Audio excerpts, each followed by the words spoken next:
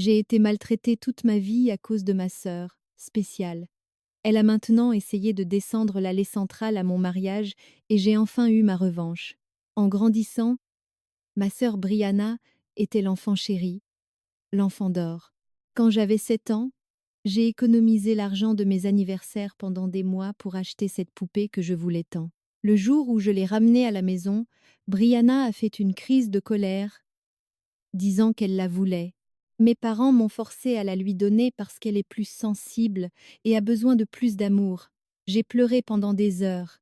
Ils m'ont punie pour avoir fait de la peine à Brianna avec mes pleurs. À 13 ans, j'ai obtenu les meilleures notes pour la première fois.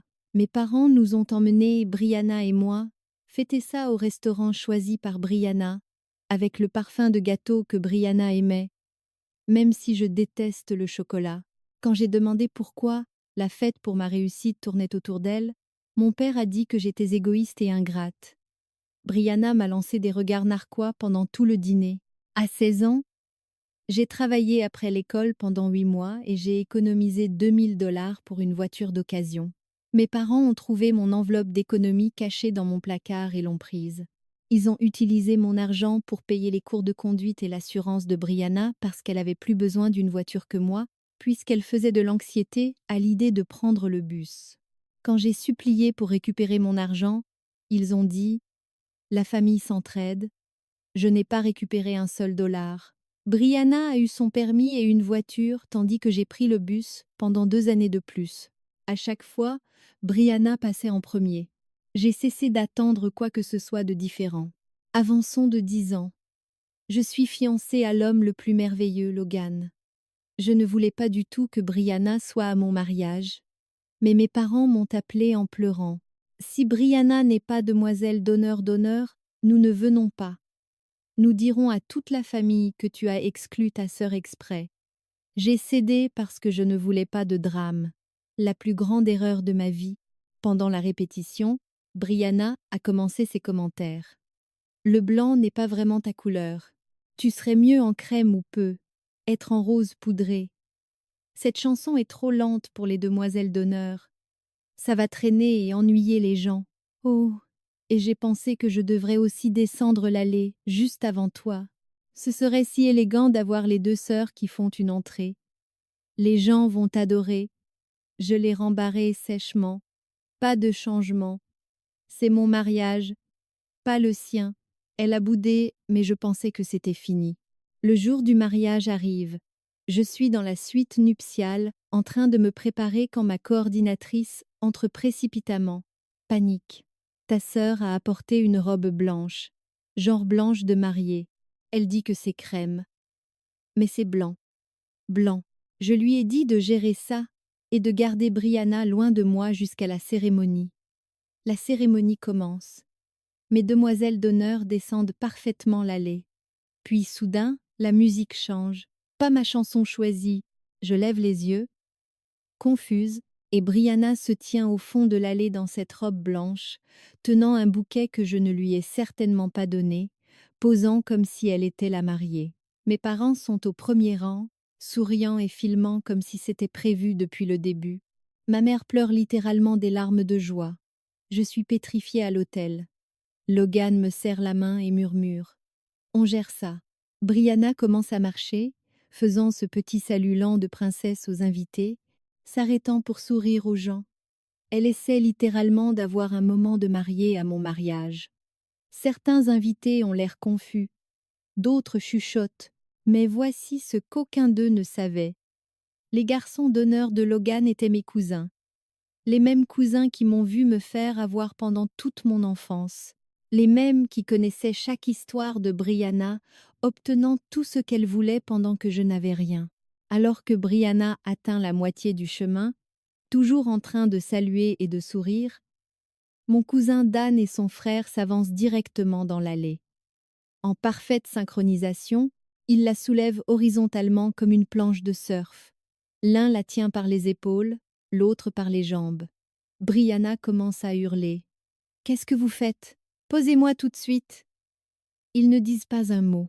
Ils la transportent directement devant les invités choqués par la porte latérale et jusque sur le parking. Son bouquet tombe par terre. Toute l'église devient silencieuse comme la mort et quelqu'un au fond commence à applaudir. Puis d'autres personnes se joignent à eux. Puis tout le monde applaudit et rit. Mes parents sautent pour courir après elle, mais ma tante Hélène bloque physiquement la sortie.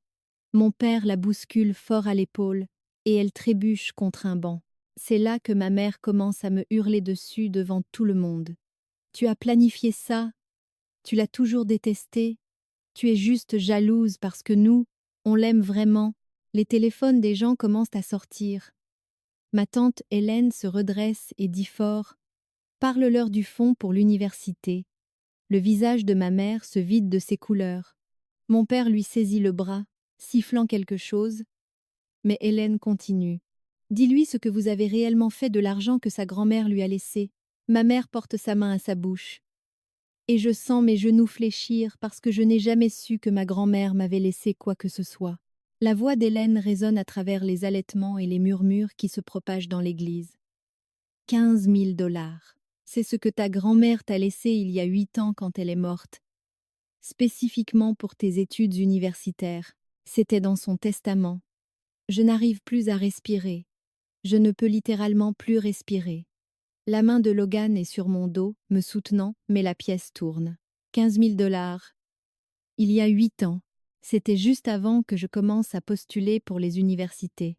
C'est un mensonge, dit mon père, la voix chevrotante. Il serre toujours le bras de ma mère et elle secoue la tête comme si elle pouvait faire disparaître tout ça. Hélène, tu ne sais pas de quoi tu parles. J'ai des copies du testament, dit Hélène, sortant son téléphone. Et les relevés bancaires. Je les ai gardés parce que je savais que vous essaieriez de cacher ça.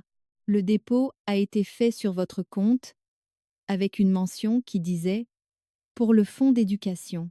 Vous voulez que je montre ça à tout le monde? L'église est désormais plongée dans un silence de mort. Même plus de chuchotements, juste des gens qui fixent. Ma mère commence à pleurer, de gros sanglots dans ses mains. Le visage de mon père est rouge, sa mâchoire si serrée que je peux voir les veines de son cou. Logan s'avance, sa voix est calme mais ferme. Est-ce que c'est vrai? Mon père ouvre la bouche, la referme, l'ouvre à nouveau. Nous avons fait ce qu'il y avait de mieux pour nos 2 filles. Ce n'est pas ce que j'ai demandé, dit Logan. Avez-vous pris de l'argent qui était laissé spécifiquement pour l'éducation de votre fille et l'avez-vous utilisé pour autre chose? Les épaules de mon père s'affaissent. Brianna en avait plus besoin. Elle avait des rêves. Elle voulait aller dans une école d'art, une école privée. Et c'était cher. Toi, il me regarde, et je jure que je n'ai jamais autant détesté personne de ma vie. Tu travaillais déjà. Tu te contentais très bien du collège communautaire. Brianna avait besoin de plus de soutien parce qu'elle lutte contre l'anxiété et elle avait besoin de ce que j'avais gagné. Je trouve enfin ma voix et elle sort plus forte que je ne le voulais. Elle avait besoin de l'argent que ma grand-mère m'avait laissé.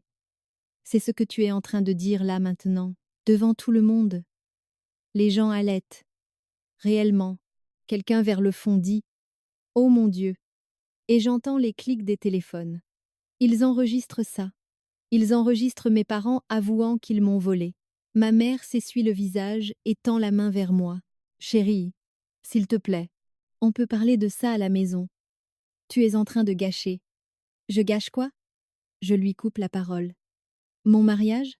Tu veux dire le mariage que Brianna vient d'essayer de détourner en robe blanche? Ou peut être que tu parles de la famille? La famille qui me ment depuis 8 ans? Ma voix se brise. J'ai été acceptée à l'université d'État avec une bourse complète. Vous vous souvenez?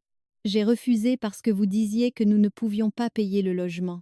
Vous disiez que je devais rester ici et aider pour les factures, mais vous aviez 15 000 $. Le visage de ma mère s'effondre. On pensait, sortez. Je ne le crie pas, je le dis très calmement, très clairement. Sortez de mon mariage. Tous les deux, tout de suite. Le visage de mon père passe du rouge au violet. Tu ne peux pas. C'est son mariage. Le père de Logan se lève de son siège. C'est un homme imposant. Et sa voix porte. Et elle vient de vous dire de partir. Alors, je vous suggère de le faire avant que je ne vous y aide. Plusieurs de mes cousins se lèvent aussi. Mon oncle, le frère de Logan. C'est comme un mur de personnes qui se forment soudainement, et mes parents réalisent qu'ils sont en infériorité numérique. Mon père saisit la main de ma mère et l'entraîne pratiquement vers la sortie, mais pas avant que ma mère ne se retourne une dernière fois. Tu le regretteras, siffle-t-elle. Quand tu auras besoin de nous, quand tu auras besoin de la famille, tu verras que tu es dramatique. Tante Hélène bloque leur chemin une dernière fois. La seule chose dramatique ici, c'est de voler sa propre fille et d'essayer ensuite de la faire culpabiliser.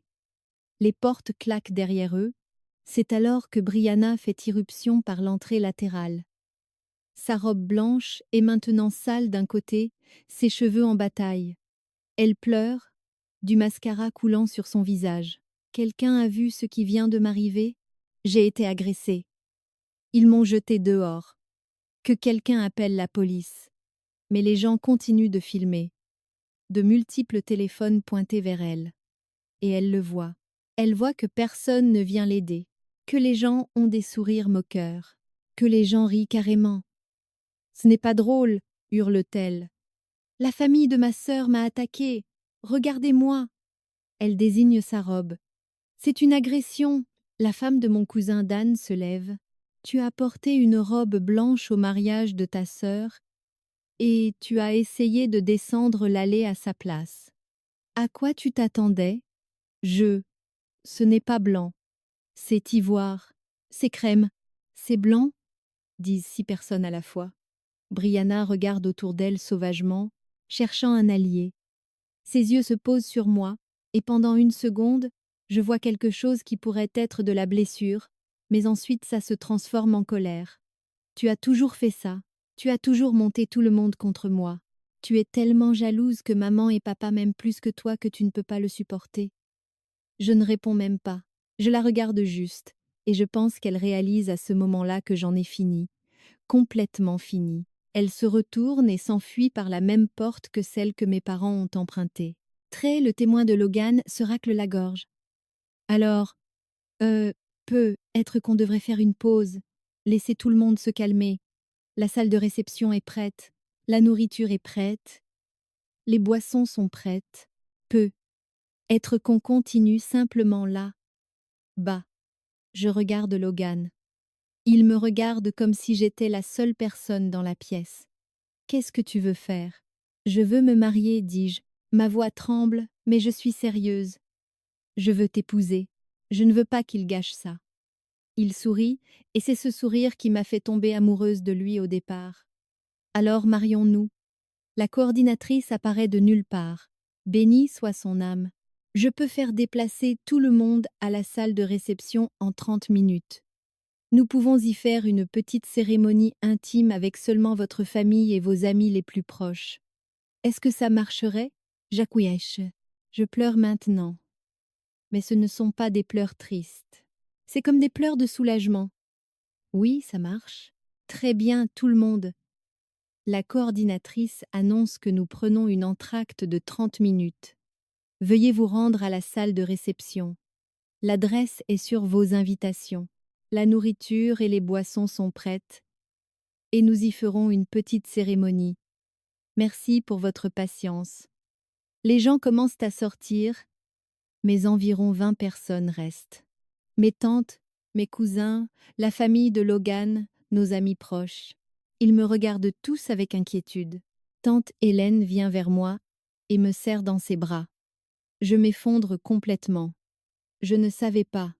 Sanglotée, je sur son épaule. Je ne savais pas pour l'argent. Je pensais. Je pensais que je n'étais juste pas assez bien pour qu'il m'aide. Oh, ma chérie. Hélène s'écarte et encadre mon visage de ses mains. Tu as toujours été assez bien. Ce sont eux qui ont échoué envers toi. Logan tient mon autre main. Et sa mère arrive avec des mouchoirs. Ma puce, est-ce que tu veux parler avant la cérémonie? On a le temps. Je secoue la tête. Je veux tout savoir. Mais pas aujourd'hui. Aujourd'hui, je veux juste épouser Logan. Nous finissons quand même dans la suite nuptiale. Moi, Hélène, Logan et quelques autres. Hélène a sorti son téléphone. Je dois te montrer quelque chose, dit-elle doucement. Je sais que c'est beaucoup pour l'instant, mais tu mérites de voir les preuves. Elle ouvre un PDF. C'est le testament de ma grand-mère.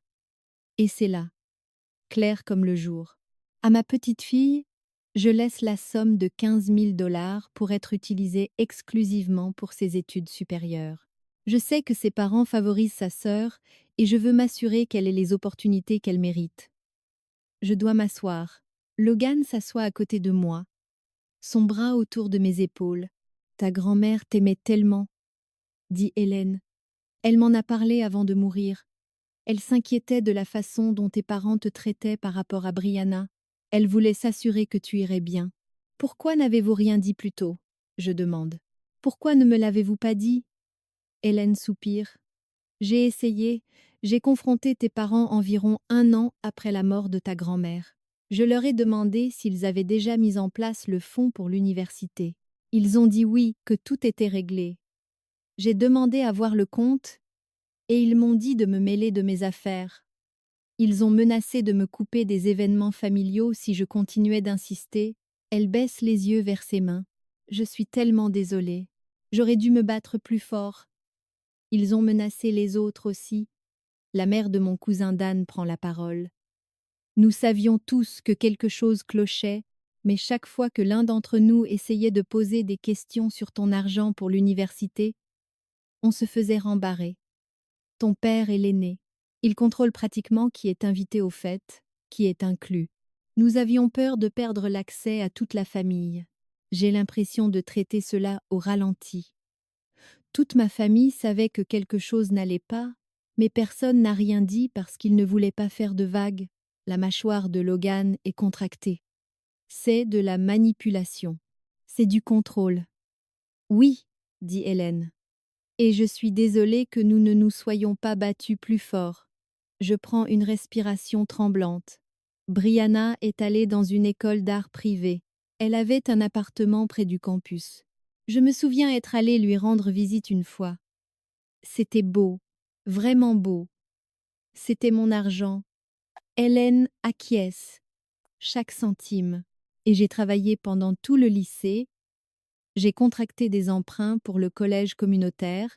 J'ai vécu à la maison et j'ai payé un loyer à mes parents pendant que Brianna vivait gratuitement dans un 2 pièces près de son campus. Oui, quelque chose se déclenche dans mon cerveau. Attendez, mon acceptation à l'État. J'ai eu une bourse complète. La seule chose que nous devions couvrir était le logement. Combien coûtait le logement? Hélène vérifie quelque chose sur son téléphone. D'après ceci, environ 8 000 $ par an à l'époque. Donc, ils avaient 15 000 $, ce qui aurait couvert presque 2 ans de logement. Et j'aurais pu travailler à temps partiel pour le reste. Je lève les yeux. J'aurais pu aller à l'université d'État. J'aurais pu avoir l'expérience universitaire complète. Mais au lieu de cela, ils m'ont dit que nous étions trop pauvres et je suis restée à la maison à travailler et à aller au collège communautaire pendant que Brianna vivait ses rêves d'école d'art avec mon héritage. Et elle a abandonné après 2 ans, ajoute doucement Hélène. Elle n'a même pas fini. Elle s'est juste ennuyée et a arrêté. Donc, ton argent n'a même pas servi à obtenir un diplôme. C'est ce qui me brise complètement. Je sanglote maintenant, des pleurs affreux, et Logan me tient pendant que je tremble. Toutes ces années, toutes ces fois où j'ai pensé que je ne valais pas la peine qu'on investisse en moi. Toutes ces fois où je me sentais comme l'échec, alors que Brianna recevait tout sur un plateau. C'était un mensonge. C'était tout un mensonge construit sur de l'argent volé. Finalement, je me calme assez pour retoucher mon maquillage. La sœur de Logan m'aide et la coordinatrice passe la tête par la porte. Prête? Oui, dis-je. Allons-y. La cérémonie à la salle de réception ne ressemble en rien à ce que nous avions prévu. C'est dans une petite pièce sur le côté, juste 40 personnes entassées. Mais c'est parfait parce que tout le monde là, nous aime vraiment. Mon cousin Dan m'accompagne à l'aller à la place de mon père. Il murmure « Je suis honorée » et je lui serre le bras. Quand Logan et moi prononçons nos vœux, je pense chaque mot. Cet homme a vu ma famille imploser et n'a pas fui. Il s'est tenu à mes côtés et a posé les questions difficiles. Il m'a choisi. La réception est vraiment incroyable. Les gens riaient, mangent, dansent. L'ambiance est plus légère d'une certaine manière, comme si un poids avait été levé. Logan et moi faisons un court discours pour remercier tous ceux qui sont restés et nous ont soutenus et pour expliquer que nous coupons les ponts avec certains membres de la famille. La salle explose d'applaudissements et ensuite les histoires commencent. Les gens viennent nous voir tout au long de la soirée, partageant leurs propres souvenirs du favoritisme de mes parents. Ma cousine Jenna me parle de la fois où elle m'a apporté un cadeau d'anniversaire et mes parents l'ont rendu le lendemain pour acheter quelque chose à Brianna avec le crédit du magasin. Mon oncle mentionne que ma grand-mère lui avait dit qu'elle craignait de me laisser seule avec mes parents. Personne après personne, tous disant qu'ils l'avaient vue mais ne savaient pas comment aider. Nous sommes au milieu du dessert quand la coordinatrice accourt. Vos parents et votre sœur sont à la porte d'entrée. Ils exigent qu'on les laisse entrer. Ils disent qu'ils ont payé pour la salle. Le père de Logan se lève. Je m'en occupe. Il sort, et nous entendons des cris étouffés. Quelques minutes plus tard, il revient. Ils sont partis. Je les ai informés que ma femme et moi avions en réalité tout payé après avoir appris qu'ils utilisaient l'argent comme tactique de manipulation. Ils n'ont aucun droit ici. Je ne savais même pas que les parents de Logan avaient payé. Ils me serrent la main. Ils ont proposé quand tu m'as parlé de la façon dont tes parents menaçaient de retirer les fonds si tu ne faisais pas les choses à leur manière. Nous n'allions pas les laisser exercer ce pouvoir sur toi. Je n'ai pas de mots. J'enlace simplement mon beau-père et pleure sur son épaule. Cette nuit-là, après la fin de la réception, et quand Logan et moi arrivons enfin à notre chambre d'hôtel, je vérifie mon téléphone, 17 appels manqués de mes parents, 12 de Brianna et des SMS. Tellement de SMS. Brianna a posté sur les réseaux sociaux. Je l'affiche. C'est un long texte sur la façon dont elle a été physiquement agressée et humiliée au mariage de sa sœur. Elle se peint en victime, disant « Ma sœur a toujours été jalouse de moi. Elle a orchestré tout ça parce qu'elle ne supporte pas que nos parents m'aiment plus. » Le message a déjà des commentaires. Certaines personnes sont compatissantes, disant des choses comme « Je suis tellement désolée que cela t'arrive, ta sœur a l'air toxique. » Mais ensuite, je descends. Plusieurs invités du mariage ont posté leurs propres vidéos et photos. Des vidéos de Brianna dans cette robe blanche, descendant mon allée, saluant comme une reine de beauté. Des photos d'elle posant à l'entrée. Les commentaires commencent à changer. Attends, tu as porté du blanc au mariage de ta sœur? Tu as littéralement essayé de lui voler son moment. Ma fille, tu as eu ce que tu méritais. Logan regarde par-dessus mon épaule. Ne lis pas ça. Pas ce soir. Il a raison. Je pose le téléphone. Demain sera le chaos. Mais ce soir, je suis mariée à l'amour de ma vie. Et pour la première fois depuis une éternité, je me sens libre. Je me réveille avec mon téléphone qui vibre sans arrêt. Des SMS de parents à qui je n'ai pas parlé depuis des années. Des messages de vieux amis de la famille. Même des gens du lycée me contactent. Ils ont tous vu les posts, les vidéos. Tout se gâchit. La plupart sont solidaires, disant des choses comme « J'ai toujours su que tes parents étaient plus durs avec toi, je me souviens quand c'est arrivé. » Et ensuite, ils partagent des histoires spécifiques, vraiment spécifiques. La cousine de ma mère me contacte. « Je me souviens quand tu as gagné le concours d'orthographe de l'école en CM2. Ta mère n'a pas pu venir parce qu'elle devait emmener Brianna pour un contrôle régulier. Même pas une urgence, juste un rendez-vous de routine. J'ai trouvé ça bizarre. Ensuite, mon ancien voisin. Tes parents t'obligeaient à donner tes cadeaux d'anniversaire à Brianna plus d'une fois. Je l'ai vu arriver au moins 3 fois quand j'étais là. Mon professeur de mathématiques du lycée. Tu étais l'une de mes meilleures élèves. Je t'ai écrit une lettre de recommandation pour des bourses. Ta mère m'a appelée et m'a demandé de ne pas l'envoyer parce que tu avais décidé de rester sur place. J'ai trouvé ça étrange. Mais j'ai respecté ton choix. Maintenant, j'aimerais l'avoir envoyé quand même. Les messages continuent d'arriver. C'est accablant. Logan commande le petit déjeuner en chambre et nous nous asseyons dans le lit à faire défiler nos téléphones. C'est fou, je murmure. Je n'avais aucune idée que tant de gens l'avaient remarqué. Ils l'ont remarqué, dit Logan. Ils ne savaient juste pas quoi faire. Mon téléphone sonne. C'est tante Hélène. Je la mets sur haut-parleur. J'ai autre chose que tu dois savoir, dit-elle doucement. À propos de l'argent. Mon estomac se noue. Quoi donc?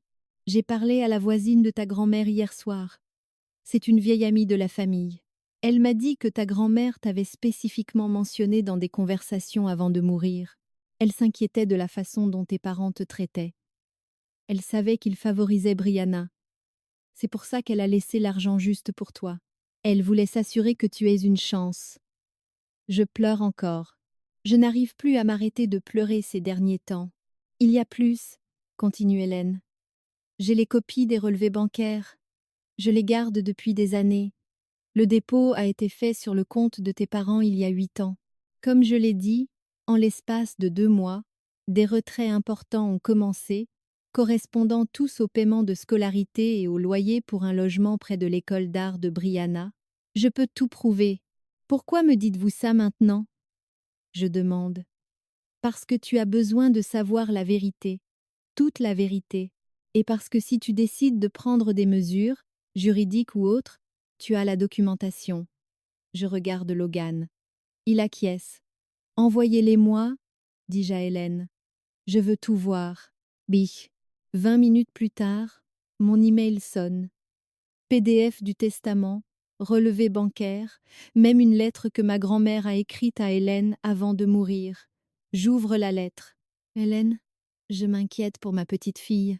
Ses parents ont toujours favorisé Brianna, et je l'ai vue grandir en pensant qu'elle n'est pas assez bien.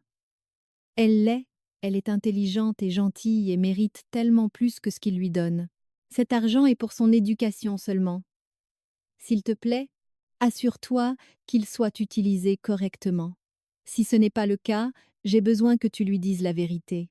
Elle mérite de savoir qu'elle était aimée. Grand-mère, je ne peux pas lire le reste à cause de mes larmes. Logan le lit pour moi. Et à la fin, ses yeux sont humides aussi. Elle t'aimait, dit-il. Elle t'aimait vraiment.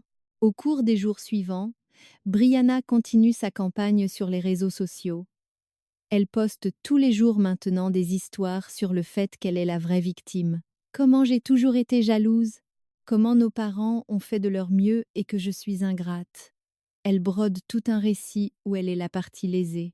Mais les invités du mariage continuent de poster aussi les vidéos, les photos, la vérité, et lentement les anciens amis de Brianna commencent à s'éloigner. Je le vois se passer en temps réel. Sa section de commentaires passe de solidaire à interrogative. Mais pourquoi as-tu porté du blanc? Les vidéos te montrent en train de descendre l'allée comme si c'était ton mariage. Il semble y avoir plus dans cette histoire. L'un de ses amis d'université commente même: « J'ai visité ton appartement en 3e année. Tu m'as dit que tes parents payaient pour tout. Était-ce vrai ?» Brianna supprime ce commentaire. Mais les captures d'écran existent. Quelqu'un l'a sauvegardée et partagée dans un groupe de discussion auquel je suis ajoutée d'une manière ou d'une autre. Les reçus s'accumulent. Mes parents commencent à envoyer des SMS. Au début, c'est de la colère. Comment oses-tu nous embarrasser comme ça? Tu nous dois des excuses. C'est un comportement inacceptable. Ensuite, ça passe à la culpabilité. Nous avons seulement fait ce que nous pensions être le mieux. Brianna avait besoin de plus de soutien à cause de sa santé mentale. Tu as toujours été si indépendante. Nous pensions que tu t'en sortirais. Puis le marchandage. Est-ce qu'on peut, s'il te plaît, juste en parler? Nous sommes une famille. Nous devons surmonter ça. Pense au fait. Est-ce que tu veux vraiment les passer seuls? Je bloque leur numéro, les deux. Mais alors Brianna se présente à mon appartement. Pas notre appartement, celui dans lequel Logan et moi avons emménagé après nos fiançailles. Elle pleure à la porte, frappant dessus.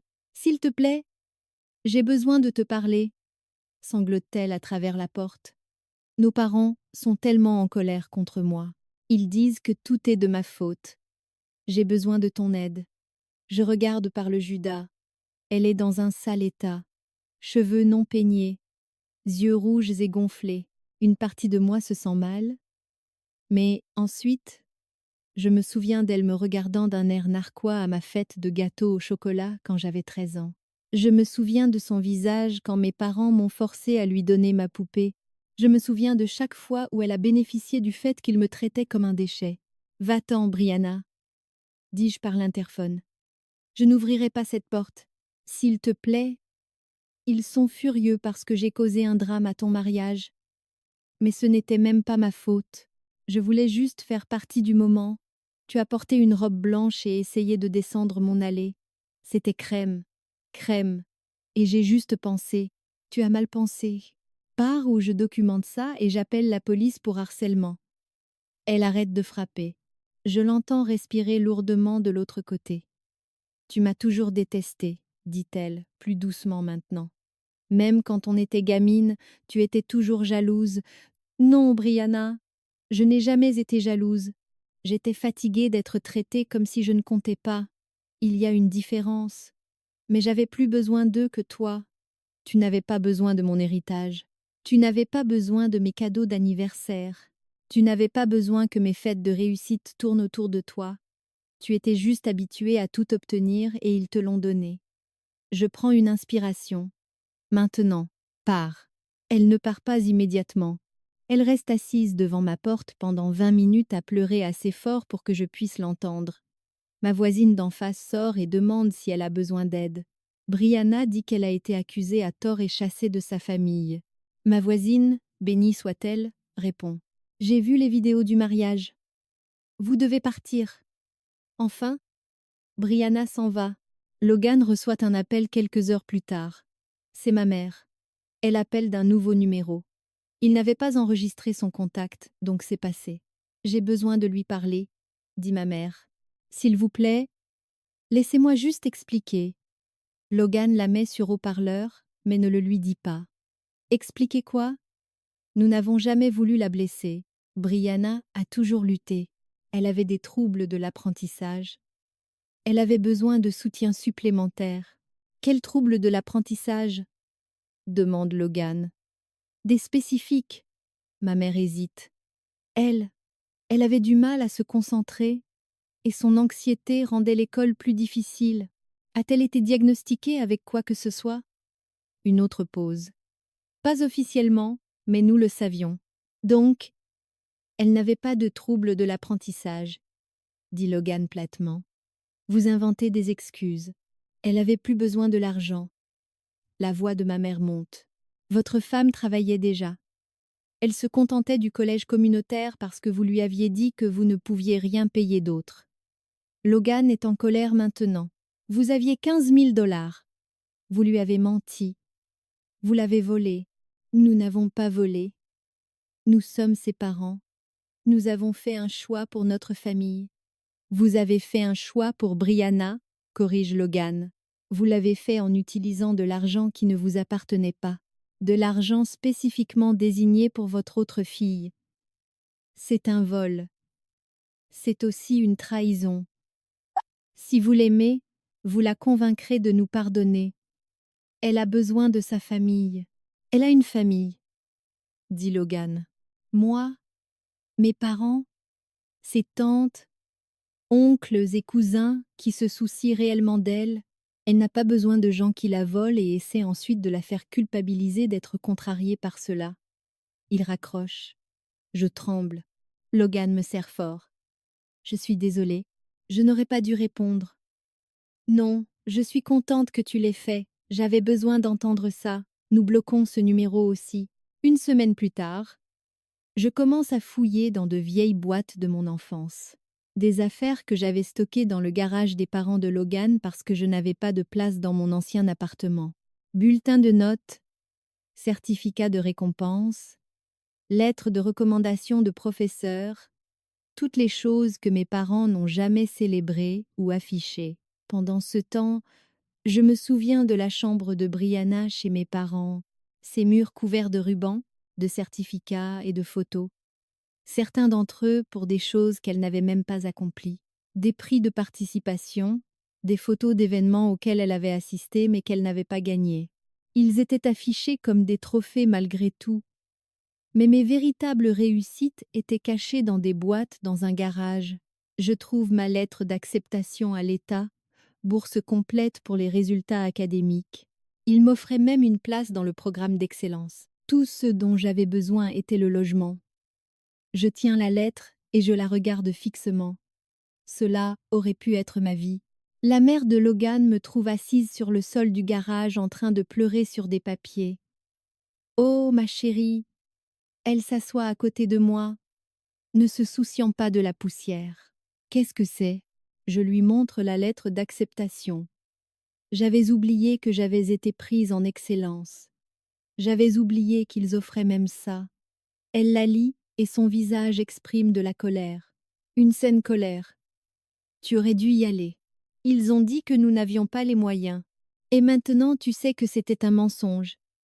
Elle met son bras autour de moi. Écoute-moi. Je sais que je ne suis pas ta mère. Je sais que je ne peux remplacer personne. Mais je veux que tu saches quelque chose.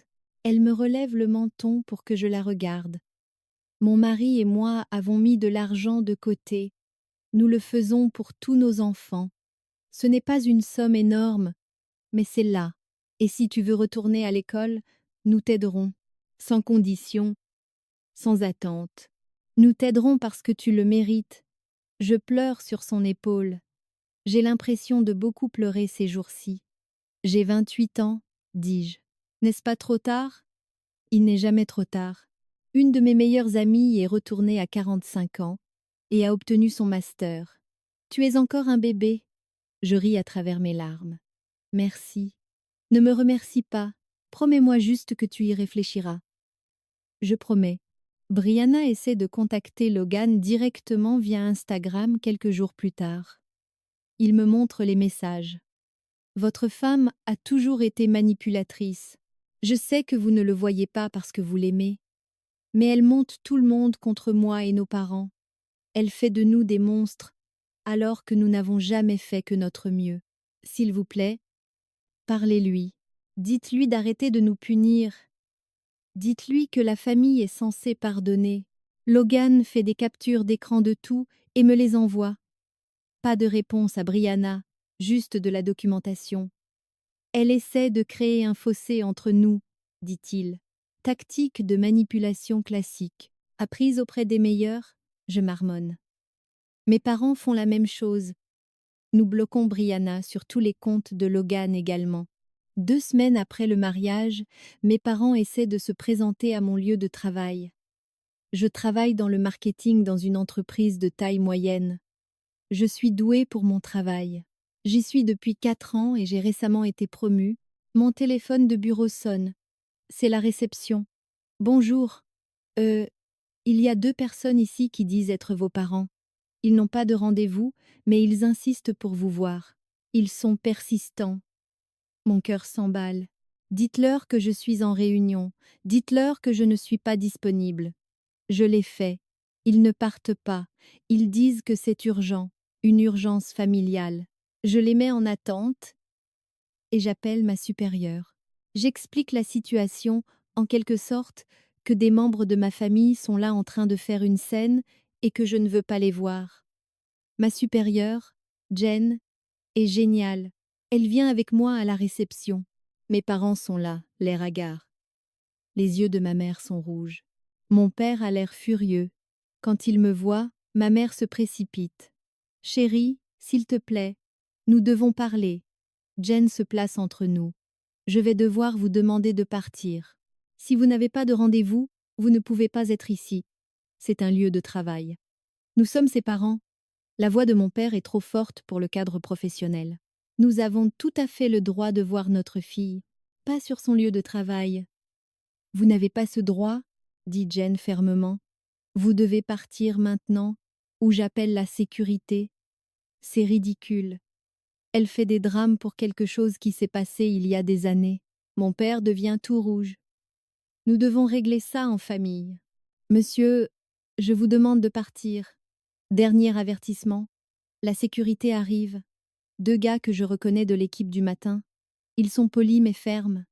Mes parents sont escortés dehors. Mon père crie que je suis en train de détruire la famille. Ma mère pleure.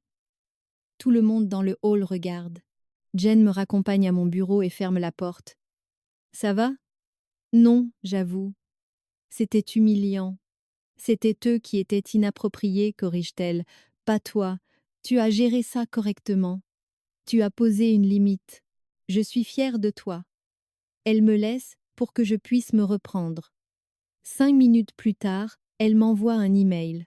Juste pour que tu saches, j'ai documenté ce qui s'est passé et j'ai informé la sécurité du bâtiment. S'ils essaient de revenir, ils ne seront pas autorisés à entrer. Ta sécurité au travail est importante. Je pleure à mon bureau, mais ce sont des pleurs de gratitude cette fois. Cette nuit-là, mes parents tentent une nouvelle tactique. Ils postent sur les réseaux sociaux que leur fille ne veut plus leur parler, qu'ils ont le cœur brisé, qu'ils ne comprennent pas ce qu'ils ont fait de mal. Nous prions pour notre famille pendant cette période difficile. S'il vous plaît, gardez-nous dans vos pensées. Les commentaires commencent par être compatissants, mais ensuite les parents commencent à commenter avec la vérité. Tante Hélène, peut être que si tu ne lui avais pas volé son héritage, elle te parlerait. Mon oncle, vous avez manipulé et favorisé une fille par rapport à l'autre pendant 28 ans. Ne soyez pas surpris qu'il y ait des conséquences. Ma cousine, je vous ai vu l'obliger à donner ses cadeaux d'anniversaire à Brianna plusieurs fois. Arrêtez de jouer les victimes. Le message est retiré en moins d'1 heure, mais les captures d'écran se propagent. Brianna perd son emploi à temps partiel dans une boutique. Je l'apprends par un ami commun sur Facebook. Apparemment, la propriétaire a vu les vidéos du mariage et a décidé qu'elle ne voulait pas de ce genre de drame associé à son entreprise. Elle a demandé à Brianna de ne pas revenir. Brianna me rejette la faute. Elle poste sur le fait que je ruine sa vie, comment j'ai monté tout le monde contre elle, comment elle perd tout à cause de ma jalousie, mais les gens n'y croient plus. Le récit a changé. Elle est la sœur imbue d'elle-même qui a porté du blanc à un mariage, a essayé de voler la vedette, et a grandi en recevant tout pendant que sa sœur n'avait rien. Mon ancienne conseillère d'orientation du lycée me contacte via LinkedIn. Elle ressort mes dossiers et confirme qu'on m'avait proposé une bourse complète à l'État. Elle se souvient de ma mère appelant pour dire que nous ne pouvions pas payer les frais de logement. Je me souviens avoir pensé que c'était bizarre parce que le logement n'était pas si cher, mais je n'ai pas insisté. J'aimerais l'avoir fait. Elle m'envoie les dossiers, la lettre de bourse, les notes de l'appel téléphonique avec ma mère. Tout. Logan et moi décidons de rester dignes, en quelque sorte. Nous ne nous impliquons plus dans le drame. Nous ne répondons plus aux SMS, aux messages ou aux manipulations. Nous avançons simplement. Nous nous concentrons sur la construction de notre vie ensemble. Logan adopte officiellement le chien que j'ai toujours voulu, mais que mes parents ne m'ont jamais laissé avoir parce que Brianna prétendait être allergique. Elle ne l'était pas. Nous avons confirmé cela avec son médecin plus tard. Elle ne voulait juste pas de chien dans la maison. Le chien est un croisé Golden Retriever nommé Charlie. Il est parfait. Ma mère envoie un dernier SMS désespéré d'un nouveau numéro. S'il te plaît, est-ce qu'on peut juste se voir pour un café? Je fixe le SMS pendant un long moment. Logan attend, me laissant décider. Je ne veux pas de relation avec des gens qui m'ont volé, dis-je enfin, qui m'ont menti pendant des années, qui m'ont fait me sentir sans valeur pour pouvoir valoriser ma sœur. Je ne veux pas de ça dans ma vie. Alors ne le fais pas, dit simplement Logan. Tu ne leur dois pas le pardon juste parce qu'ils sont ta famille. Je réponds par SMS. Je ne suis pas intéressée par une relation avec vous. Vous avez volé mon avenir. Vous avez menti pendant 8 ans. Vous avez favorisé Brianna toute ma vie et m'avez fait croire que je ne valais pas la peine qu'on investisse en moi. Ce n'est pas quelque chose que je peux oublier. S'il vous plaît, arrêtez de me contacter. Je bloque le numéro. Brianna retourne vivre chez mes parents après avoir perdu son appartement. Selon tante Hélène, qui parle encore occasionnellement à ma mère, L'ambiance à la maison est toxique, les disputes sont constantes. Mes parents reprochent à Brianna de les avoir exposés au mariage. Brianna leur reproche de ne pas l'avoir assez soutenue après coup. Tout le monde est misérable et personne ne prend ses responsabilités. Je ne me sens pas mal. Tante Hélène m'envoie une dernière chose, les coordonnées de l'avocat chargé de la succession de ma grand-mère. Il est à la retraite maintenant, mais il accepte de me rencontrer. Il confirme le testament, confirme que l'argent devait me revenir spécifiquement pour mon éducation, et il s'excuse de ne pas avoir fait de suivi quand mes parents ont dit qu'ils l'utilisaient correctement. Je leur ai fait confiance, dit-il. Je n'aurais pas dû. Je suis désolée. Je sors de son bureau avec un dossier rempli de documents et un étrange sentiment de soulagement.